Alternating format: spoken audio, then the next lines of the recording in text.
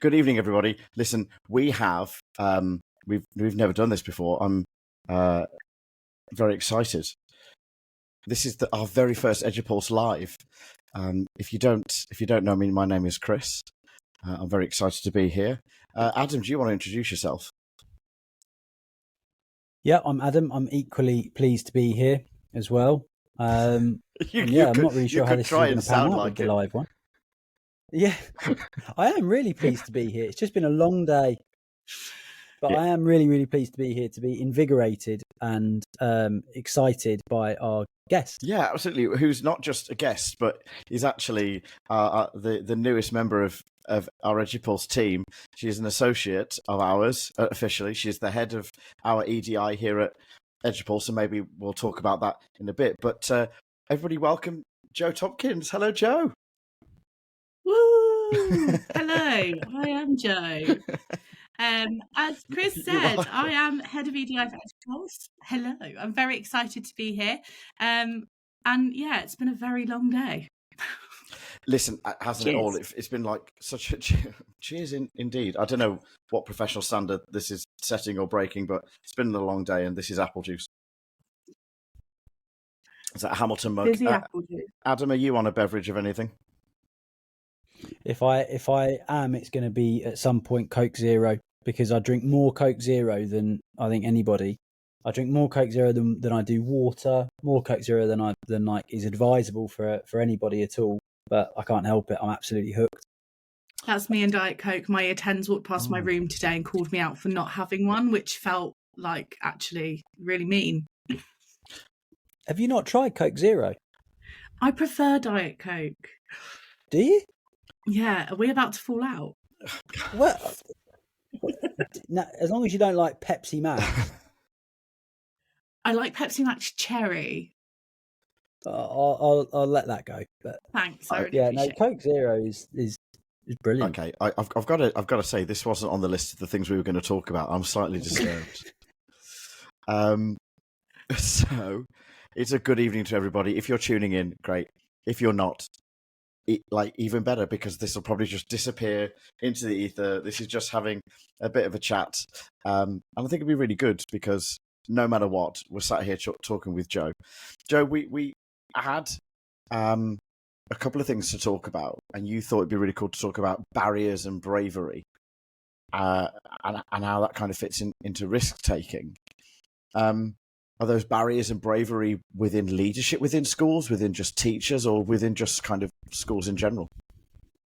Within leadership and with implementation, I think. So in order to implement a new strategy anywhere, we know it takes a really long time to do that well. But having the bravery to implement a new strategy it takes a lot of guts, especially if you have a cohort of teachers who have been let down by strategies in the past, or maybe aren't 100% on board with new strategies, or have tried something once and it hasn't quite worked for them, so have switched off to it.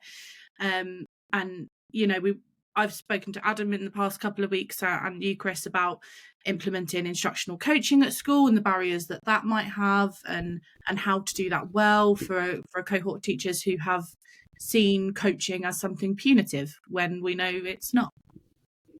That's fascinating. Yeah, Adam, you've been helping Jo recently with the implementation of instructional coaching, which hasn't been done in the most ideal way because it was a time thing. But there was definitely a moment of bravery where Jo crossed that threshold and said, "I need some help.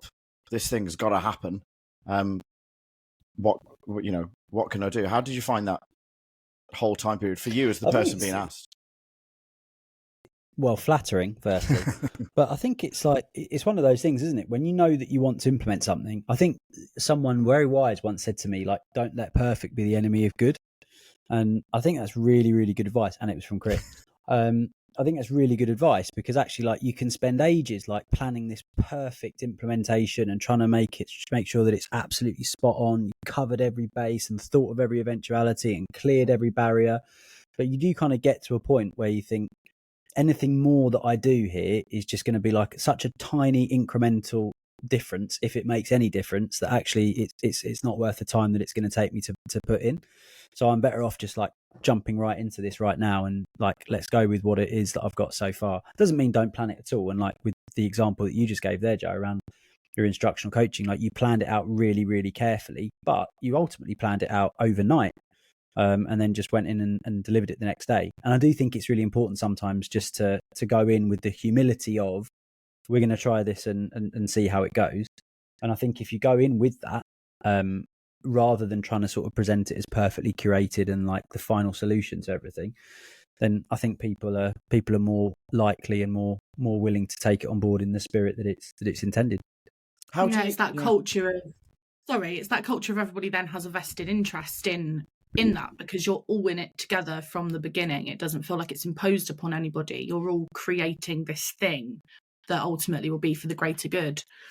I also wanted to apologise for my attire because I didn't plan on being video tonight, and I feel like I'm in my Ione land in Cumbria epoch. I think this is. Do you see what I mean? I don't.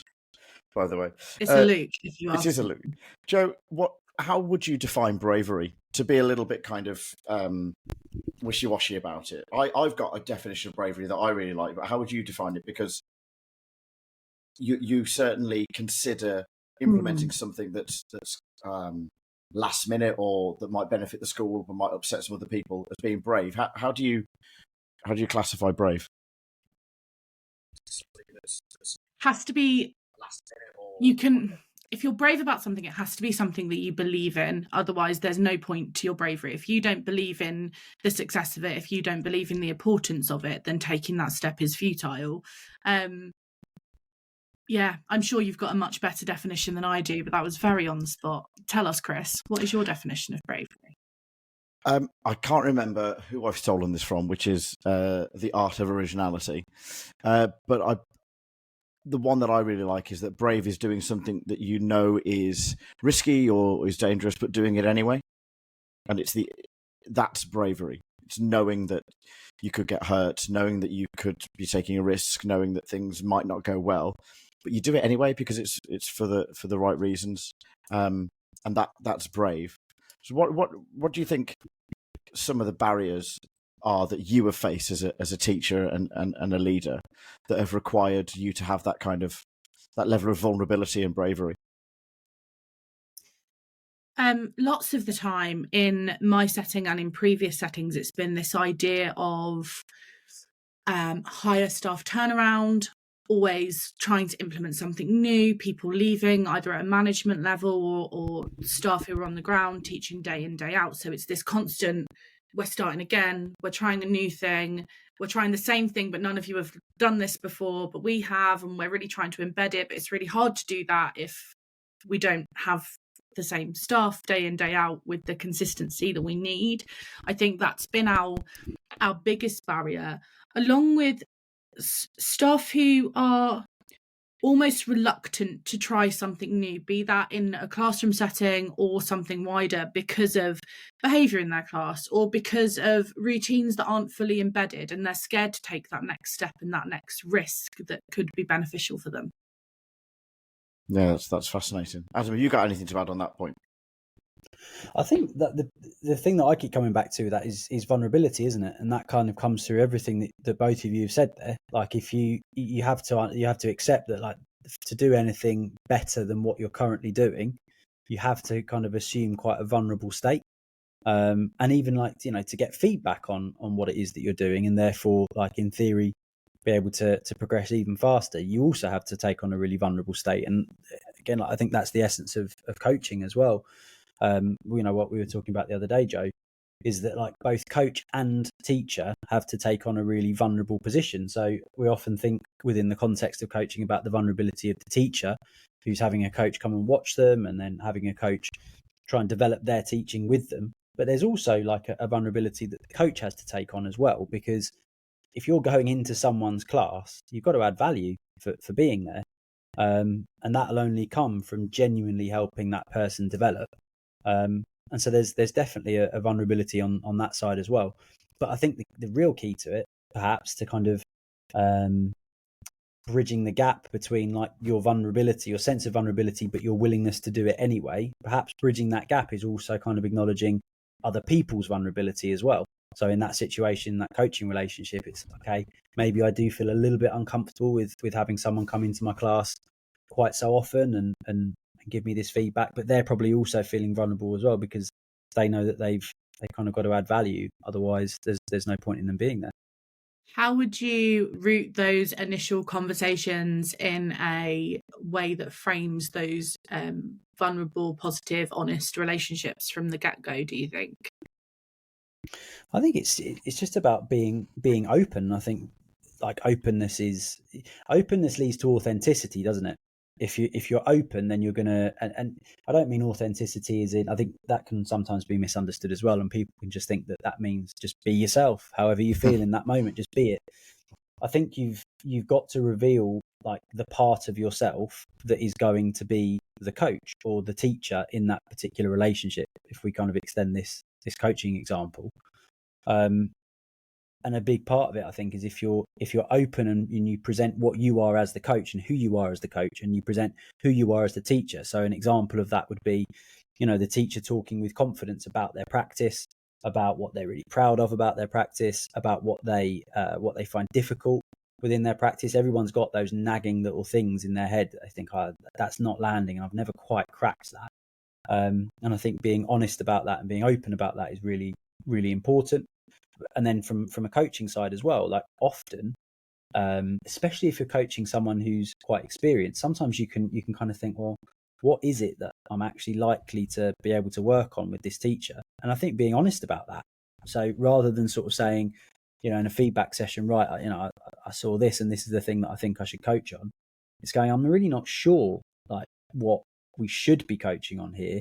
But like, here's some ideas, see what you think of them, and we'll settle on something together.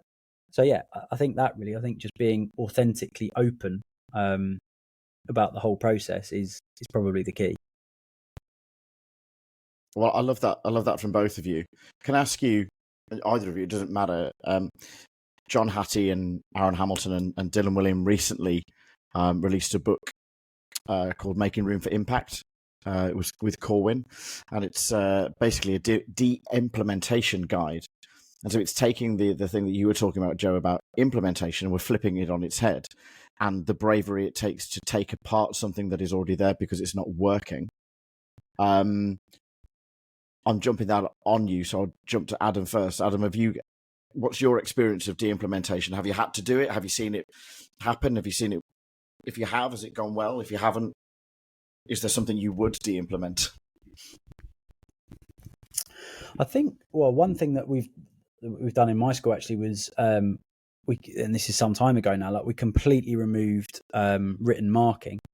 So we now have assessment and feedback booklets. So teachers will have them with them when they're circulating around the room, and they'll mark down any particular misconceptions that they spot as they go round. They'll tally misconceptions as well. So if they see sort of the same misconception 3 or 4 times, they probably then sort of surmise from that it's more widely spread than just those 3 or 4. They also write down stuff that kids are doing, which is really great, and there's like really strong evidence of learning that they might want to like pull back on and share with the rest of the class at another point. But that was actually what surprised me about that. I thought that would be a really, really easy de-implementation, because I thought, well, everybody's moaning about the amount that they're having to do, the amount of marking they're having to do. We'll just take it away, because I think it's pointless. You all think it's pointless and it's taking you hours. Let's just get rid of it and we'll do this thing, which is much better. But there is this sort of effect whereby when people have been doing something for so long, even if they know it's not any good, they find it really hard to let go of that thing. And so I think like de-implementation, even if it's something that makes perfect sense to everybody, and on the face of it, you've got buy-in, right? So everybody's like, yeah, I agree with that. That's a great thing. Let's get rid of marking. Like, for people to actually let go is much harder than just liking the idea of not doing something anymore. Yeah, that's fascinating. Same to you, Joe. Yeah, the fear of the unknown. I've more seen things be de-implemented, and it's happened in a variety of successes. I've seen behaviour policies, particularly at my last school, that then just disappear, and nobody's told why. Nobody's told what went wrong. They just One day we're all reading literally from the same script, and the next day we're not using the scripts anymore. And I think as a leader, it might be really important to have those conversations with staff. This didn't work, and here's why it didn't work, and this is what we're going to do instead. That idea of that vulnerability and honesty then, and that might help with that buy-in that you were talking about, because otherwise you've put all of this effort into doing this thing for such a long time, and then all of a sudden you're just told, no, we're not doing that anymore. To me, that's all about culture, Joe, because we recently did an episode with Shane Leaning, and he's based over in Shanghai, and he was talking about you don't have to get buy-in if they're with you from the beginning, because they have been part of the building of the culture. They've been part of you. They understand what you're getting at. So if the culture is right at school, and it takes a long time, don't get me wrong, but if the culture's right, the leader can turn around and go, I didn't get that right, and this is why. And you all understood where I was coming from. It wasn't some diktat that was imposed. It wasn't, we always use this as an example, it wasn't cold calling for the sake of it. You will cold call 20 times in a lesson because we've read that it's meant to be good. It's the culture is they believe in you as a leader. So do you know what? I don't need to generate buy-in because they're with me. And because of that trust they put in you, what you have to pay back in return is the moments where you go, mea culpa. That was shocking. And I don't believe there's any weakness in that. And I disagree openly with quite a few people, and I don't mean to. Maybe they disagree openly with me. I don't believe, unless it's a situation where you are in charge of correcting some serious safeguarding issue. And when Adam and I were doing our masters, we were met with such a leadership scenario where the new head teacher, there was no time for culture. There was no time for buy-in. It was get on the bus of the children of safety or get off. We'll probably talk about it in one episode. I'd probably like to get her permission first, Adam, but she basically said you can't safeguard a dead child. And that comes with so much more to the context. But everybody in the room went, yep, you're right. So it really put that. So unless it's that, I really think the heavy-handed approach with mystery and not telling anybody isn't then going to help if you need to de-implement something. Because you can sit down with people and go, we did it for this reason, this reason, this reason. It hasn't worked. We need to not do it anymore. And we need to move in this direction. We need to do it because of this. And I will be doubtless accused of being flowery and naive, and those things are unachievable, but I don't believe they are. What do you guys think? I think there's a bit of a risk as well with implementation or de-implementation, whichever way you want to look at it, where leaders often think they have to have this really, really solid rationale for something and a really solid evidence base for why we're going to do this particular thing. And that is really important. But sometimes I think that can almost be overshared, and that runs the risk of people sort of going, well, in that case, my sort of hunch that this is probably not the thing to do isn't really valid because you've got such a mountain of evidence in favour of this thing. I better just keep quiet. And I don't think you really ever want that. So I think there's a middle ground to be found. I think it comes back to this, probably comes back to humility actually, where perhaps a better way of presenting something is this is the problem. Start with the problem. This is the problem. These are the features of the problem that are actually causing the problem. These are the things that we think we should do to try and solve that problem. And these are the reasons why we think it's going to work. But these are some reasons why it might not work. So almost carry out a bit of a pre-mortem. It's not going to stop us implementing it, but we're aware of what some of the barriers might be. And then you're asking people, right, do you have any other thoughts? Anything else that you think, if this is going to go wrong, where's it going to go wrong? I think there's a real strength in doing that because it does provide people with a voice, and not a vote, but a voice, because you're still gonna implement this thing, but you're hearing from everybody at the outset, what do you think the barriers to this thing might be? I find it sometimes actually when I'm talking to people about coaching. So coaching is a huge part of my job. It's a huge part of my life. It's like instructional coaching. I live and breathe it. So the problem sometimes that I think I might have is if like sometimes when people watch my coaching sessions back, sometimes they will say things like, don't you think you could have got that teacher to that conclusion faster? Like by telling them what you thought. And like, I think a lot of the time that's absolutely true. But my worry is if I tell someone, like if I go straight in with telling them what I think they should do differently, the likelihood of them pushing back on that is, I think, is pretty minimal, simply because they know that I'm sort of known as the instructional coaching person. So I think a lot of the time they kind of think, well, if he's telling me that that's what he thinks we should do, he's probably got a pretty solid evidence base for that. And so probably, like, again, my view's not going to be as valid as that. And maybe there's a bit as well where they kind of think, well, if that's what he thinks, maybe there's a good chance he's right, because hopefully they've got some faith in my view and opinion. But I don't really ever want that. I don't want them to not push back if it doesn't sit comfortably with them. So I think sometimes that's why it's really important to kind of present the idea that you've got and the direction that you think you should go in, but also like be really open about what the potential barriers might be and what and how sure or unsure you are of the direction, particularly in coaching. I think that's where it's really important in coaching to be honest about with people around, if you're not certain that this is the right way to go, say, I'm not certain, but this is a hunch, this is something I think will work. Why don't we give it a try? I love that. And if you are listening to us or watching us out there in the X space, at times there's been 50 of you. That's very exciting.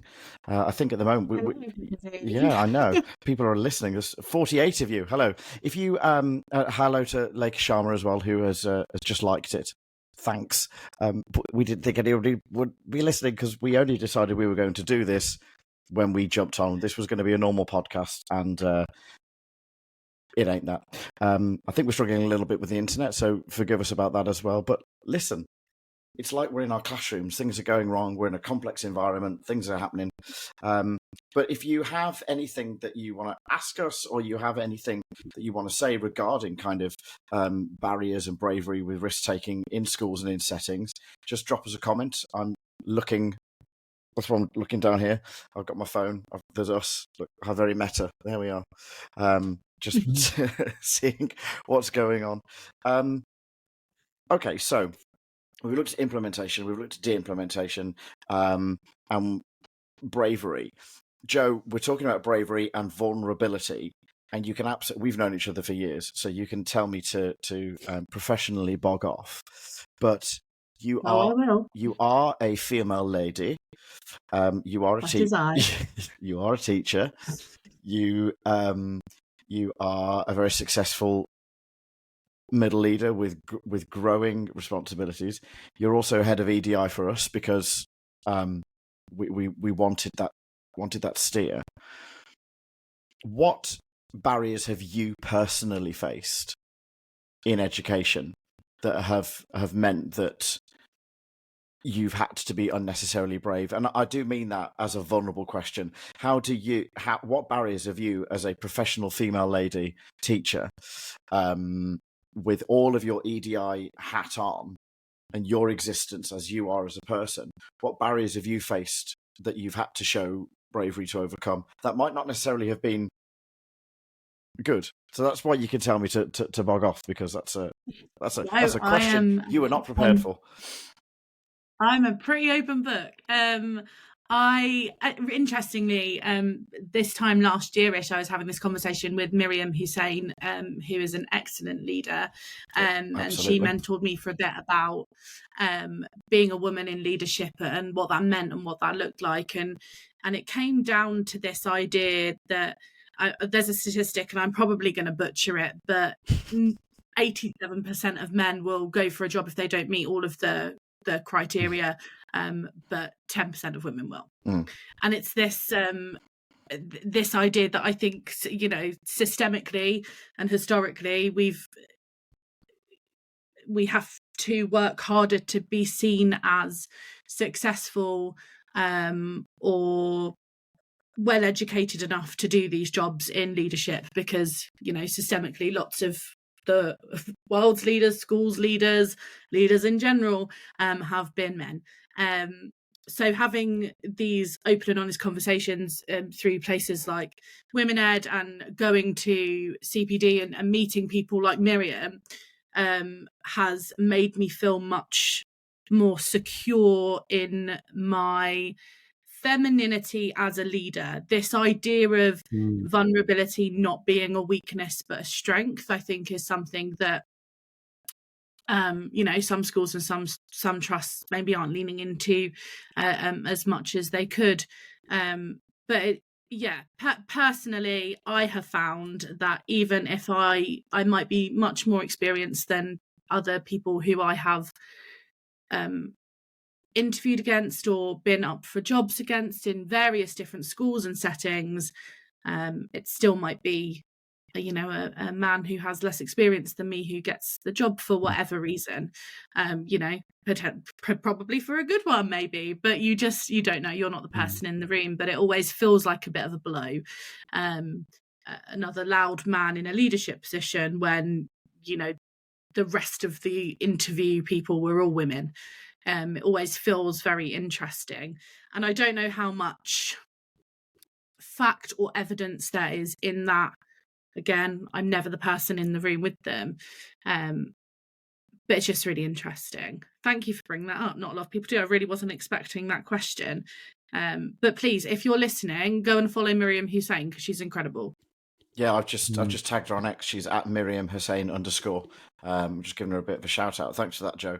Adam and I very intentionally surround ourselves with independent, strong-minded, successful, not necessarily confident, but successful women who are a daily inspiration to us. From my own school, with Sally setting up the school and running it. I was even talking about this. We love you, Sally. Yeah, we were even talking about this today. If Sally and I are in the room, so for viewers and listeners, I'm the deputy head and Sally is the founder and head, and we share an office. And when we have somebody coming in to chat to us, I have to very consciously look away at something else so that the person talking clocks eyes with Sally, because they will direct all of the conversation to me. Almost guaranteed, regardless of the gender of the person doing the talking. If it's a business person trying to sell us something, they will come straight for me. And it's something I talked to Sally about because I feel incredibly uncomfortable about it, because I can't help who I am. I can't help my gender and my ethnicity, etc. So I find myself having to use it to create a diversion for me elsewhere, so that I'm no longer looking at the person. So I'll busy myself doing something, so that they pay attention. And I think it's really great that you have that level of consciousness around it, because not a lot of people do. And it's that unconscious bias, isn't it? If you walk into a room and there's a man or a female, it's that nurse doctor trope, if you will, who's the nurse and who's the doctor. It's so interesting. I think about it all the time. And even as a woman, that sort of internalized misogyny, without even realizing it, you'll see a car driving down the street and be like, oh, what's he doing? And then you're like, oh, it's a woman, or vice versa. It's so interesting that the pronouns that come out of our mouths without even thinking about it. Well, on our masters, there was it was far more women than men on that masters, and that went on to be head teachers. Adam, you've got an amazingly strong, brilliant. Look at me using these words as if the person wasn't, but like your head teacher, she's great. I don't have to qualify that. She's a female head teacher, and she's brilliant.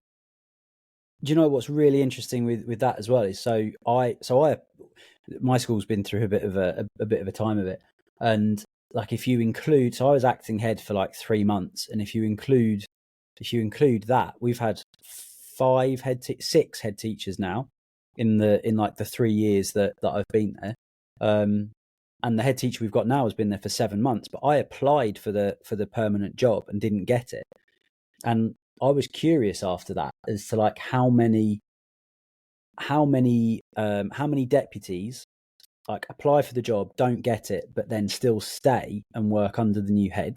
And like I never found like any stats on it, but there were some people that I spoke to that from their experience they couldn't name very many.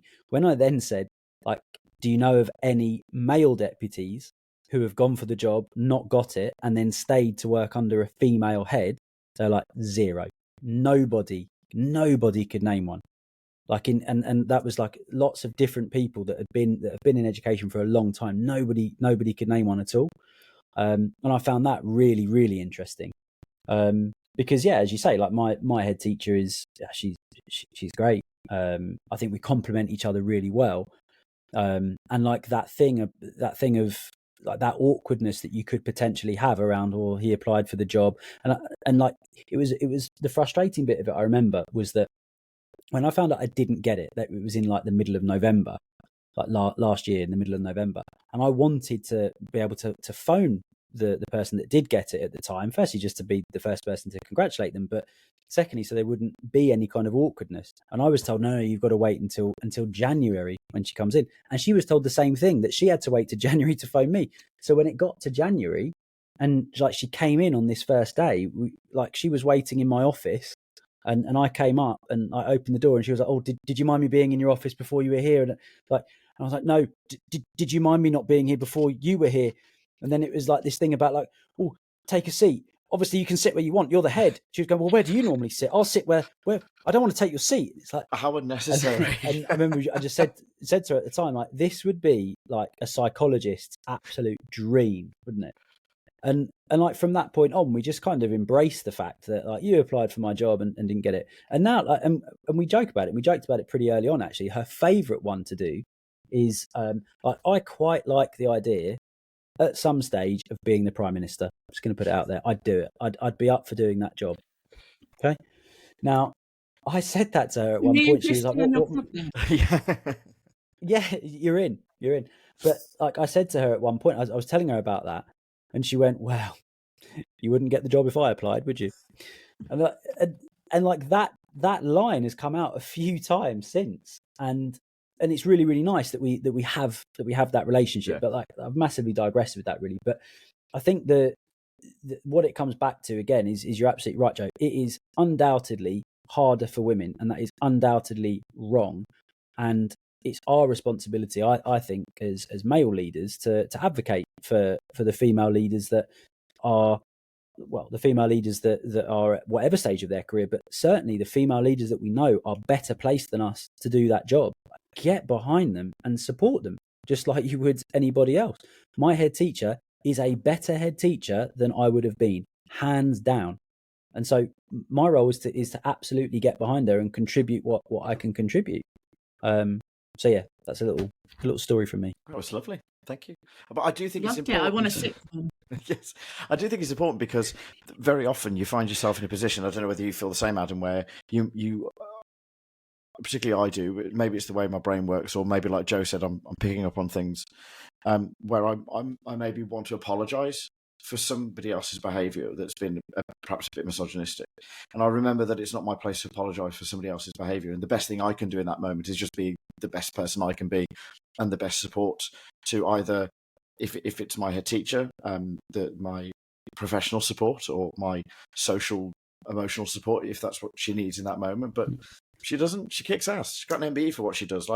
She doesn't need me apologising for her, and I never would. So I also don't need to advocate for her. It's about the context of the person you're working with. And I just think it was an interesting point to bring up, because you said about barriers and implementation and risk taking, and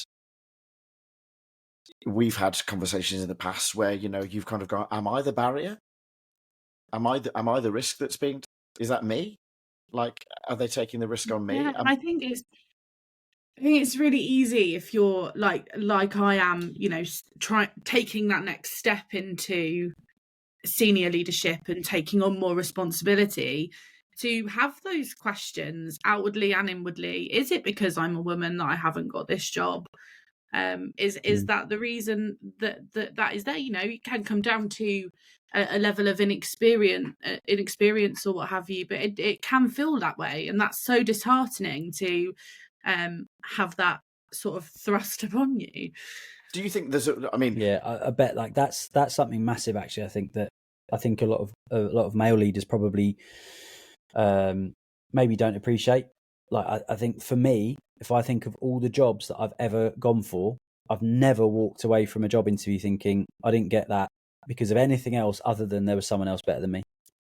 And that's a real privilege to be able to know that, like, if I'm the best person for the job, I feel like I'm going to get the job.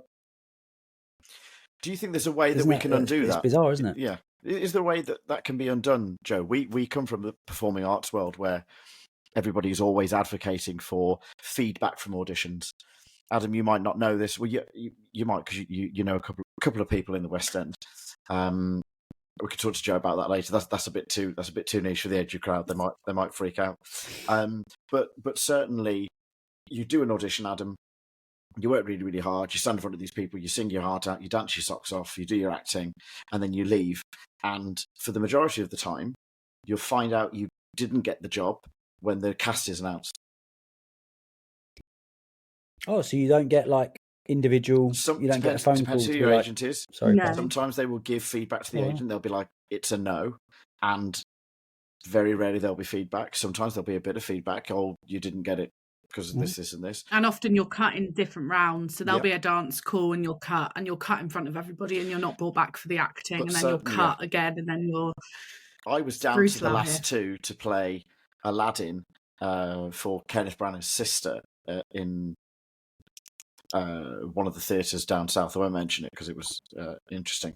And they decided, the feedback I got was they cast a black Jasmine and they wanted a black Aladdin, so I didn't get it. That wouldn't happen in 2024, but it happened 16 years ago, let me tell you.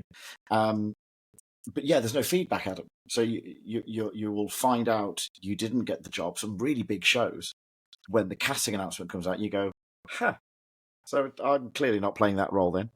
And I think applying that to the world of education is the reason why people say that we don't get feedback is because the agents see so many people. There's no time to send feedback, not even a thank you very much, but no thanks.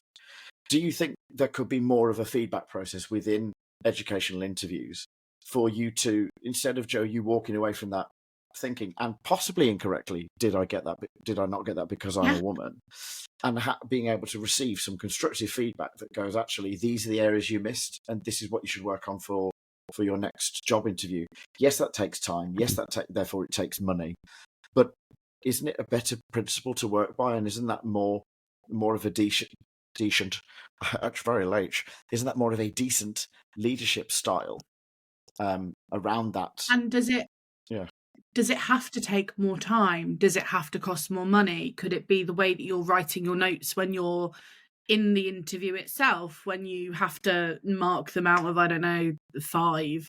Could that be what you use? Is there a better way to plan that performer so that it can then be sent out to the candidate after, so they can see the questions that they did less well on, how to make that better? Well, I mean, certainly the interviews that I've sat in on as a governor or chair of governors, you do all the scoring and then somebody takes it away and eagerly shreds it. And you're like, oh, well, where's all that? How are they ever going to find out? What do you think, Adam? Are we barking up the wrong tree because we're lovies and we're performers and we want to be held and we want to be told what we did wrong, or we want to be looked after? Or do you think there's something? Do you think there's something in that? I think it comes back to this idea of accountability. And accountability is, like, unfortunately in education, is often like a top-down thing, isn't it? Like, that's how we experience and feel accountability. And I don't think accountability is that, really, in its truest sense. I think it's a relationship. I think accountability is, we've all got this shared aim. I'm accountable to you for the bits that I'm going to do. You're accountable to me and to everybody else for the bits that you're going to do. But I definitely think that if there was like a standardized expectation around the quality of feedback that unsuccessful candidates got at interview, I think it would hold appointing panels to account for their decisions. Because I've definitely seen jobs come up and be given to internal candidates when I'm pretty sure there was an external candidate that was at least as good as, and didn't even make the final round of interviews. Not in panels that I've been involved in, thankfully, but in others. And I think that like having that standardized approach to like the quality of feedback that you have to have if you're applying for one of those roles would absolutely hold people to account. The only time I've ever been given like really extensive feedback was when I went for that headship, and I got like a 2.5 hour phone call there talking me through every single fine detail of every single part of the process. And that was incredibly useful. So like, for example, so in that there was 5 of us that were shortlisted, and like I got down to the last 2, and obviously then lost out to my current boss. But then I kind of thought to myself at the time, I was like, oh, okay, well, I guess I've done pretty well at everything. I hadn't. Like my application letter, when I had the feedback, he said, yeah, so you were very much the 5th of the 5 that was shortlisted based on the strength of your application letter. Wow. I was like, what? Like, I thought I was quite a good writer. He was like, yeah, but you just went on and on and on. So, but that was really useful to have that kind of honest feedback. And then we talked a little bit about, basically how to write a better application letter. And then he then talked me through each of the different tasks and like where you placed and what it was that the successful candidate did that you didn't do. Super, super useful, but also I think probably quite easy feedback to give because it was all really genuine. So like my head teacher genuinely was better than me at every task. So that's quite easy to give that feedback. If it's not genuine, if you're literally sat there, if you're one of those people that sat there and going, I want to give it to that person, I really want to give it to them, like that's the person that's going to get this. If you then know that you've got to give that quality and that depth of feedback to the unsuccessful candidate, that's a really hard conversation to have. Really hard. But if that existed, do you not think that would, if that existed, would that not make it happen? Yeah. I think absolutely. I think if it shouldn't just be at headship level that you get that. I think if you're applying for a job as an assistant head, as a class teacher, whatever it might be, I think you're entitled to a level of feedback. Maybe not the length of time. I don't think you can expect people to sit on the phone for 2.5 hours with everybody, but you should be entitled to a level of feedback where somebody is prepared to back themselves and the decision that they've made. If you want to appoint person X, explain to person Y why they didn't get it. That there should be that level of expectation because person Y has put their absolute all into that process, and they deserve to know where it was that they fell short and what it is that they could do to develop themselves and make sure that they get the next one or the one after that or even the one after that. Yeah, absolutely. I'm a big believer in that. I think it's a hugely important thing to do. I also think another thing that's really worth doing is sending out questions in advance. Yeah. And I'm not sure in my own head, I'm not entirely sure like how that levels the playing field, but it feels like it does, and it's important. If everybody got the questions in advance of the interview, I think you'd end up giving people the opportunity to really showcase the best of themselves rather than like think on the spot. And yeah, there are times in our job, lots of times when you have to think on the spot, but I think there's better ways to test that than can you think of an answer to this question on the spot. Couple of things there as well. If we're giving out these questions ahead of time, it really helps with the inclusivity of the position that you're posting. Chris and I both have a level of ADHD, and having those questions ahead of time really helps us to channel those thoughts into a constructive format, because otherwise it's a lot of thoughts all at once. I'm having all of them. I'm going to tell you them all, even though it might not answer your question, but here's everything that I have thought. There you go. And then it's up to them to sort of decipher that. But if you get these questions ahead of time, then it can really help us to structure those thoughts. We don't have to make notes, we don't have to write them down, but to have like a foresight of what might be asked of us, I think would be really helpful. Yeah. The other thing that I was going to say is this standardized approach then to giving feedback. Does that come from head teacher level, local authority level? Chris, you're an independent school. Does that come from MAT level, or does that come from the DFE? Like, where, if we're going to think about the idea of a standardized approach to feedback is that we try and standardize that across all schools, because ultimately it will still be different wherever you go in the country. I think that, to be honest, I think depends on who wants to grab the ball by the horns.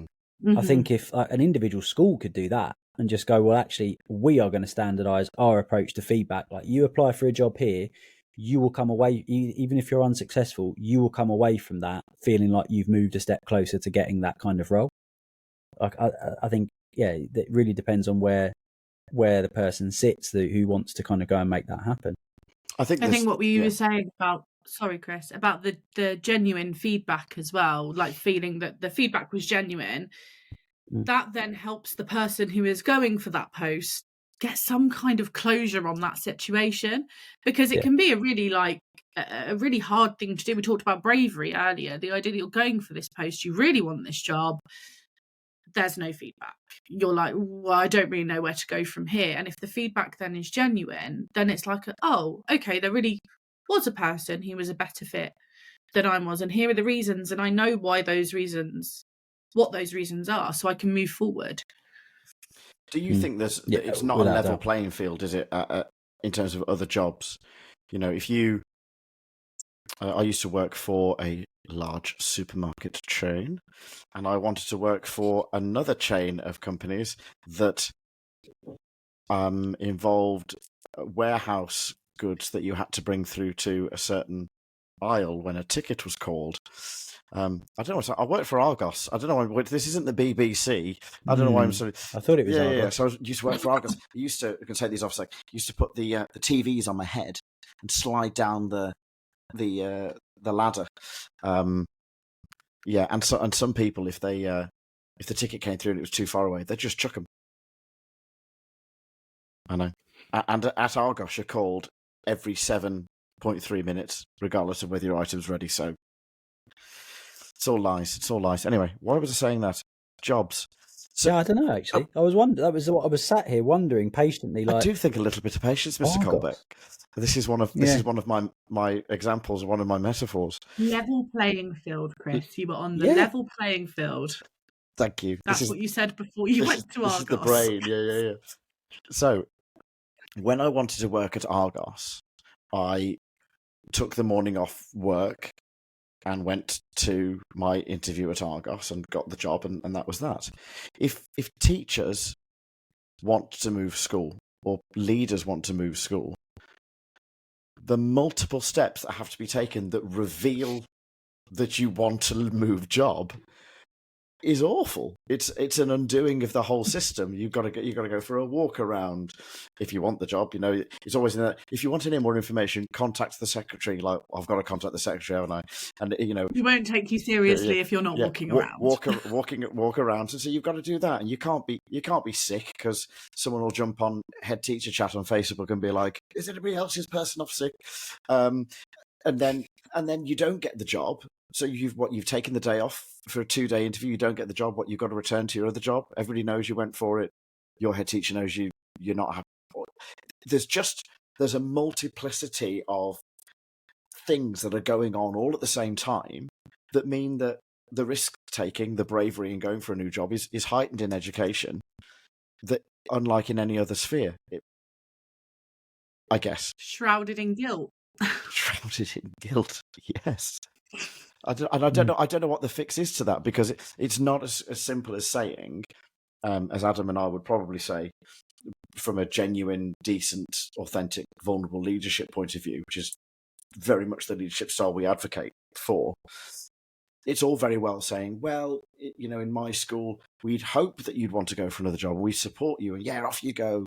And then you come back, you didn't get it. No, it doesn't matter. The door's always open. That's just not the reality of large schools that are struggling to cope with everything that's being thrown at them. And I just wonder if there'll be some people who feel like they're not even going to go for that because they're not going to get it. And are those people worried about... And I don't want to paint it like the school's full of women who aren't going for jobs because they're worried they're not good enough. But Joe, speaking to your lived experience, if that's something that's on their mind, they're not going to go for it. So guess what? The people in the room aren't the best people for the job because the room isn't full. because they think the door's closed. And that idea of equity and inclusion then becomes quite an impossible task within education. And I know something that the Charter College is working on. We're fellows and members here at the Charter College and really support the work they're doing. And I think actually it might be an idea. Should we put an open letter from the three of us and write to the college and be like, what can we do? Let's start a conversation about this, because I think it's important. Yeah, no, without doubt. I think I might get in trouble for saying this, but I'm going to say it because I think it's really important. Like, there was during that little 3-month stint that I told you about where I was acting head, the glory days I refer to them. One of the things that I really wanted to do was address the fact that within my school we had one non-white British teacher out of 23 I think we have. So one non-white British teacher, and that's obviously just no good. So I had this idea about running a recruitment event specifically aimed at non-white British staff, with the idea being that come into the school, come and see what the school's all about, come and hear about what it is we're trying to do, come and hear about why you are so important to that, or why you could be so important to that if you wanted to come and work here, and so important to what we're trying to achieve. And I thought, where can I get this message out? So I thought, the unions, that'd be a great place to start. Speak to the unions. They're like, yeah, absolutely on board with that. So yeah, fantastic. Just let us know when you've got all the details of the event. We'll send it out. I then thought, I better just call the local authority just to let them know, this is what I'm doing. I was told that no, you can't run that event. You'll have complaints. And why would I have complaints? And well, because it's discriminating against white British privilege. Teachers. Yeah. Okay. So what do I do then? Because we've got this problem, which is that we've got one non-white British teacher in our school. What should we do? Well, have you got the line on the application form that says that you welcome applications from underrepresented groups? Oh my! Yeah, I've got that. I think that's been there since about 1962. So they're not applying. So next thing, should we try something else? No, we're really unsure about that. Another one, which is separate issue. We had a child who was probably careful I don't give her too many details would be inappropriate. They had a period of time when they wanted to dress as the opposite gender. I think that's kind of non-specific enough to be all right. And they were getting some grief about that from some other children. So again, I phoned the local authority. I said, just running this past you. I'm coming in a dress tomorrow. No, you can't do that. You absolutely can't. Why can't I do that? Well, because the complaints, you'll get complaints. You're deliberately inducing complaints, and that's going to create workload for us, and then we're going to have to come back to you and deal with all of those complaints. Just don't do it. Find another way to make that stand. Okay, but I think where you said earlier, Joe, about there being systemic blockages in the system, and they are absolutely there, and we don't necessarily see them. We don't realize that they're there, and we assume that they're not, and we assume that there's this really weird problem that we've only got one non-white British teacher. I wonder what that is. But then you kind of have the assumption of, well, I'm sure everyone's doing whatever they can, but they're not. They're so ingrained as well. I remember a phrase that really stuck with me, and I'm sure that the person who told me got it from somewhere as well. But I went to a Step Up Leadership conference last year, maybe, and one of the statements out of that was, if you can't see it, you can't be it. If women can't see themselves in positions of power, they won't want to take on those roles of leadership. If people who are from other ethnic groups which are not white do not see themselves represented, they're not going to want to be part of that. And it's this dangerous cycle that we're in, and then every cycle is met with a blockage, which means the cycle starts again. Yeah, you mean we was talking about this at the Charter College AGM sure. Last week, and she was talking about the representation and how important representation is. She was unreal in that, actually, by the way. Like I spoke directly before her, and thank goodness I didn't speak after her, because I would have gone to pieces. Like, she just clarity of like thought that she has is incredible. I just did one other little story just similarly related to this. So my son is now in year 8, and he went up until year 2. He lived with his mum, and then he came to live with me when he was in year 2. Now, sorry, at the beginning of year 3. So prior to him coming to so basically before then, I didn't do any of the school pickups. So I would go and collect him from his mum's house every Friday night and have him for the weekend, and then drop him back there on a Sunday night, ready for school on the Monday. So that my only contact with the school had always kind of been through email, and really it had only ever been with the office. Now suddenly, when he came to live with me, and I started to do some drop-offs and some pickups, and there suddenly the approach that the school took to him and the interest that they took in him, like it suddenly changed. Like, I was getting way more contact, way more communication from the school. I was getting phone calls about, oh yeah, he's working really hard with this, but like this is this thing that he's getting stuck on. If you could just get him to work on that, like, yeah, that could be fantastic. Now, like, my son's half Jamaican, and his mum had been doing the school pickups and drop-offs up to that point. And I'm absolutely convinced that change in attitude was in some part at least down to the fact that they realised he had a white dad. I can't see any other reason why it would suddenly just transform like that overnight. You suddenly now it's worth a phone call to the parent to say, oh, he's stuck on this thing, so if you work on it with him, you'll probably get it. His mum could have worked on it with him, and maybe he'd have got it last year, or perhaps make a call to me before you knew I was white. It's all of these unseen unknowns, and when people do start to talk about it, people who are comfortable in their privilege, because they might not be aware of it, which is fine. The difficult conversations happen, and people get defensive, and you're trying to erase me. And I just think that through my life, I've witnessed people very, very dear to me. I've witnessed their experience of representation. I've witnessed them see themselves depicted in media, depicted in film, depicted in literature, and gone, that's everything. That's changed the way I see the world. And I think if we're and this seems like a really good place to kind of try and round off, if we're talking about barriers and we're talking about implementation, we're talking about dealing with risk taking, maybe some of the barriers that need to be broken down by allies of people of the global majority, allies of people of repressed and oppressed minorities, who we know make the world the rich and wonderful place it is. And I often find myself trying to what can we do, and then kind of chiding myself for having that thought, how arrogant of me that I'm going to try and change something. But I think these conversations are important to have, and it's one of the reasons, Joe, that we got you on board with EduPulse, because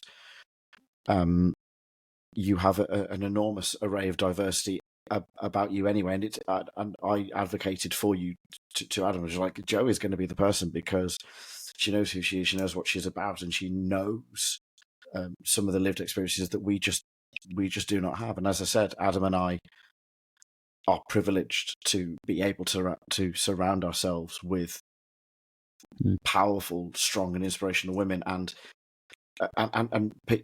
people in general. And we find ourselves after this month, or this kind of end of the year, EduPulse is a year old. We've only been going for a year.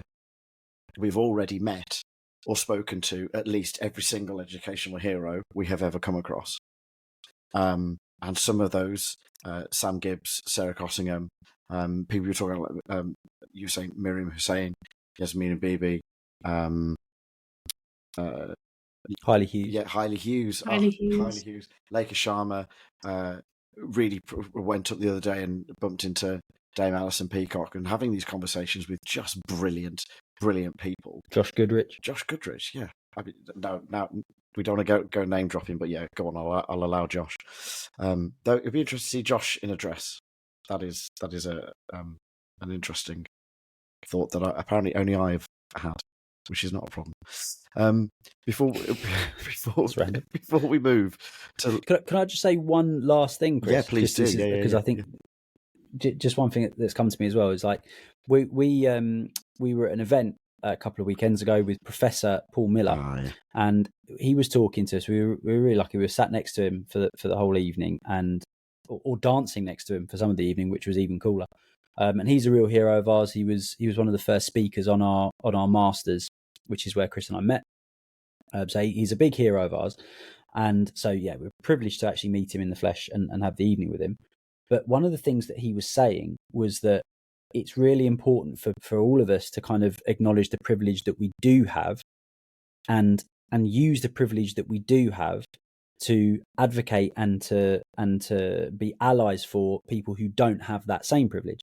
And it's quite difficult sometimes for me as a white able-bodied male, it's quite difficult for me to kind of think, okay, well, what would that be like? But there are times there wherever your kind of complete makeup is, there will be times when you've kind of been on the receiving end, perhaps in a really small way. And I just think it's worth just tapping into those experiences that you've had, and then really making sure that you do something to support people that are having those same experiences multiplied out many, many times over. So like the one that always used to get me, used to bug me all the time, was when like I would take my son out like during the day at the weekend and things, and and people would stop us in the street, and they'd be like, "Oh, he's so cute, he's so lovely," and they go, "Did Mummy dress you this morning?" We're like, I can dress my own son. Wearing clothes my whole life. Yeah, I know. I'm a professional clother. I can match a colour with a colour. And that it used to bug me a bit, but that's like a really, really small thing where there's like a stereotype attached, right? That men don't know how to dress children, I suppose.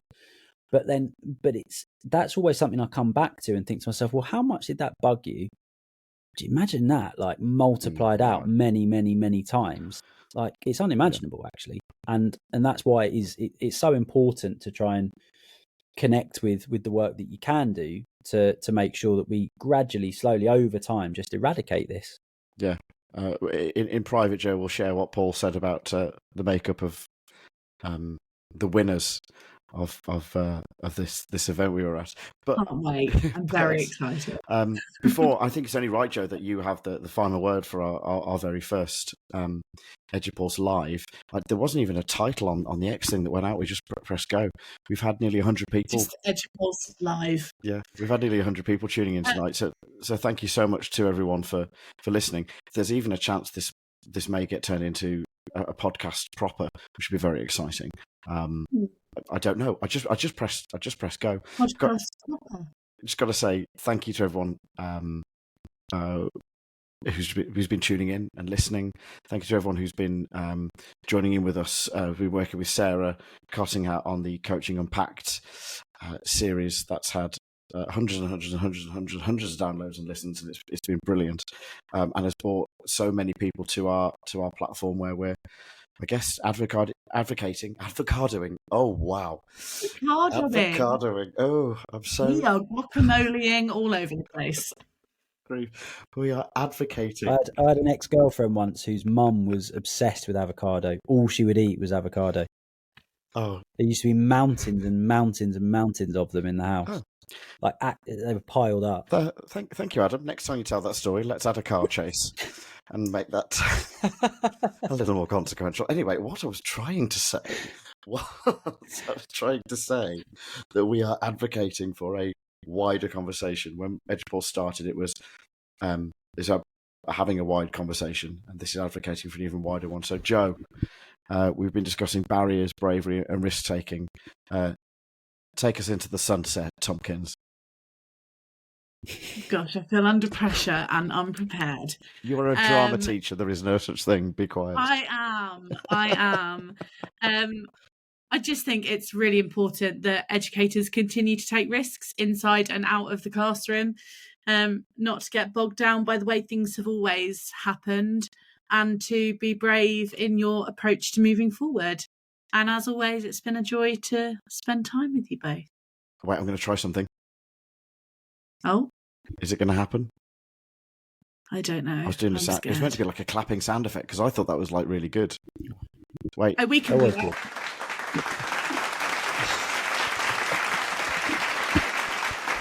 Well done, Joe. That was brilliant. I need actually. No I found this whole other thing because Adam, if you told that avocado story again, we could have. Oh